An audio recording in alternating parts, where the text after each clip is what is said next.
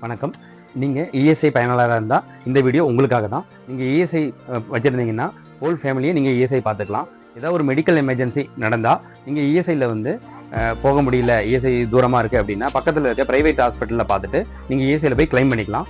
50,000 ரூபாய்க்குள்ளே claim பண்ணணும்னா உங்கள் டிஸ்பென்சரிலேயே நீங்கள் கிளைம் பண்ணலாம். 50,000 ரூபாய்க்கு மேலேன்னா தான் ஹெட் ஆஃபீஸ் சென்னை வரைக்கும் உங்கள் டாக்குமெண்ட் கொண்டு போகிற மாதிரி இருக்கும்.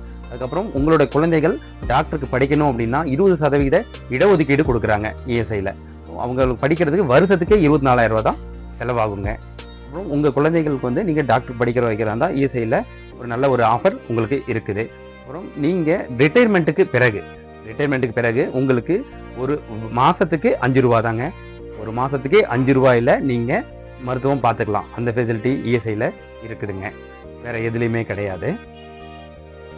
கர்ப்பிணி பெண்ணுங்களாக இருந்தால் உங்களுக்கு 6 மாதத்துக்கு வந்து பார்த்தீங்கன்னா சேலரியுடன் கூடிய லீவு கிடைக்குங்க. 6 மாதத்துக்கு